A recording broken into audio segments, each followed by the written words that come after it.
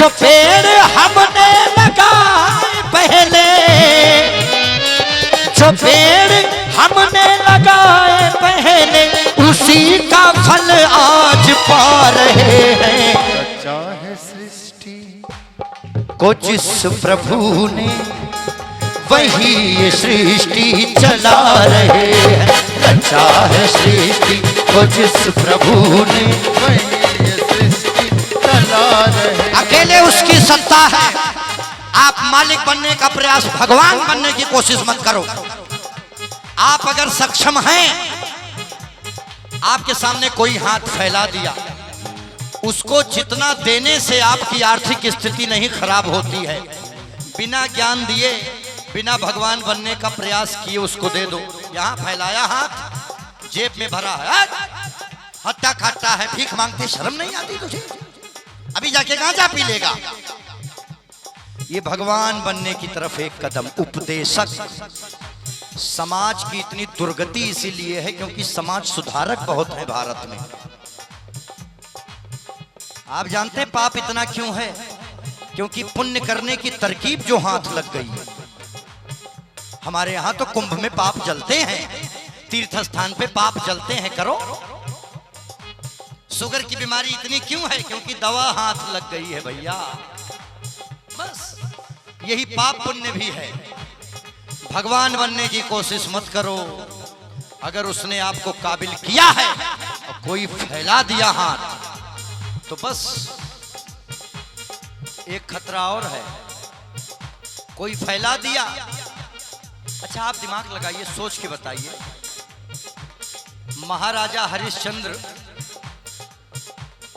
अपने बीवी बच्चों के साथ सही किए। भाई मैं हूं राजा, मेरी शादी भी हुई है, मेरा बच्चा भी है, बिना उनसे पूछे मैं कैसे सब कुछ दान दे दूं? मैं अकेले निकलूं ना, तो इसीलिए भैया उतना ही दान दो। एक बहुत बड़े महाराज थे भैया, आए कोई मांगने उनसे, इतने दिलदार थे भाई साहब, इतने दिलदार कि सब कुछ दे दिए। महात्मा जी उनको ज्ञान दिए कि सब मोह माया है, सब मोह माया है, ये सब छोड़ो, भगवान से नाता जोड़ो। सीरियस हो गए, सही में छोड़ दिया सब।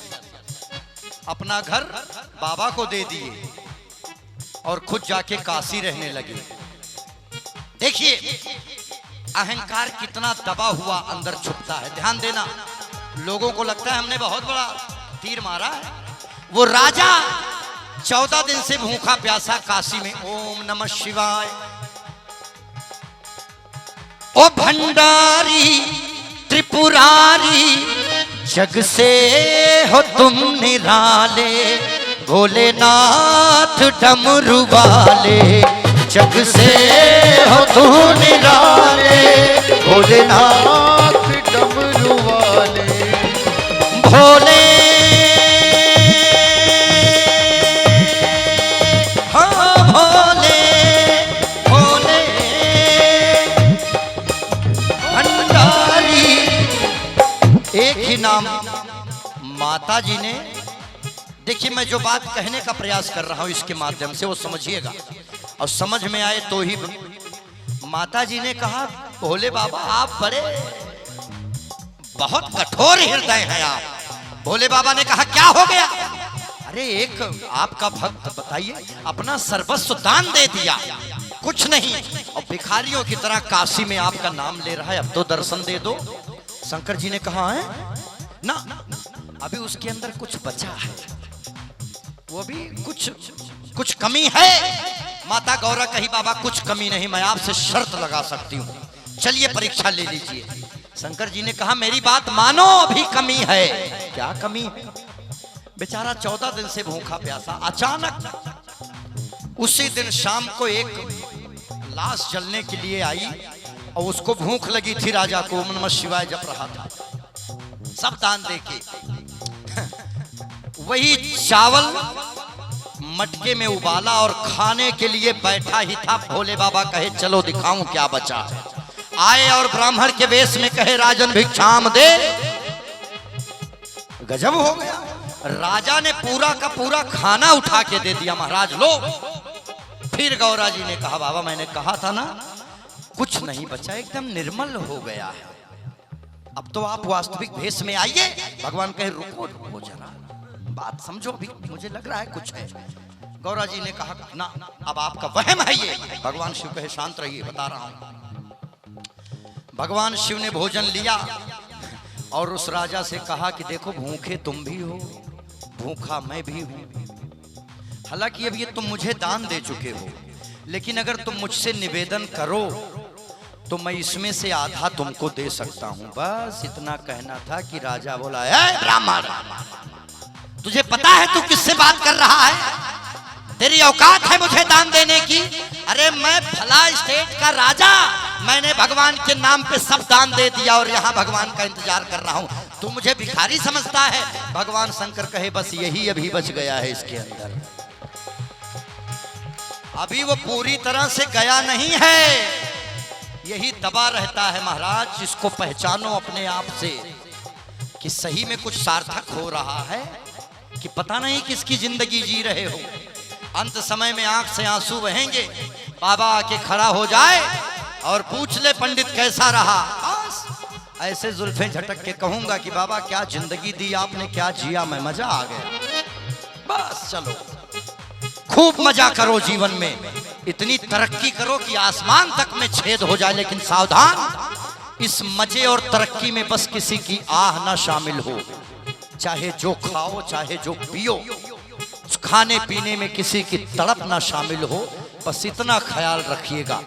बहुत ज्यादा गंभीर विषय नहीं है वहां पहुंच जाना, रास्ते में रहिए, बने रहिए सावधानी पूर्वक, बस सावधानी पूर्वक जो भी करिए मजा करिए, एंजॉय करिए, लेकिन बिना किसी की आह शामिल किए तभी मजा है।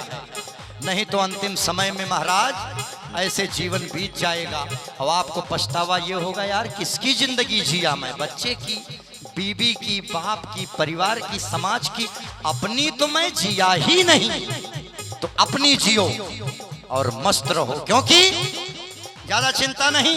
रचा है सृष्टि को जिस प्रभु ने वही ये सृष्टि चला रहे हैं।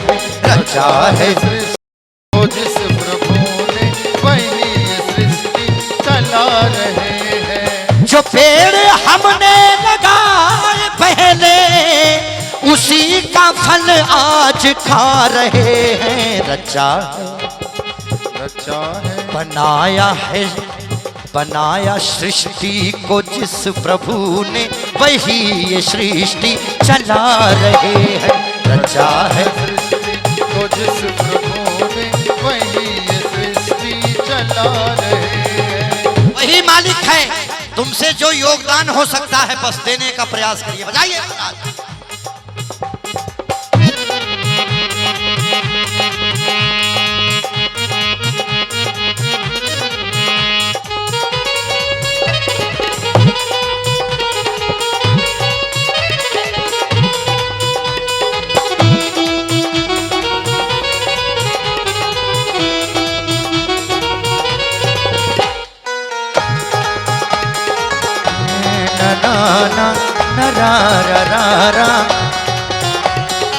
जिन्होंने रचा है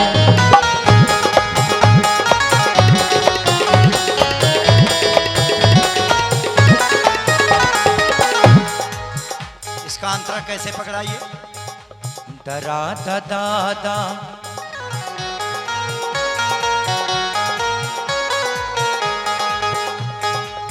पंचम ध्यान दीजिए। जिन्होंने भेजा जगत में जाना उसी दिन तय कर दिया कब लौट के आना। जिन्होंने भेजा, जिस दिन आप भेजे गए उसी दिन वापसी तय हो गई है, फिर ज्यादा छटपटाहट करके कोई फायदा नहीं है भैया। अपना दिमाग ज्यादा प्रयोग मत करो, जो हो सकता है खाली सहयोग करो, प्रयोग ज्यादा ना करो। बोलिए सच्चे दरबार की, जय हो। परम पिता परमेश्वर की।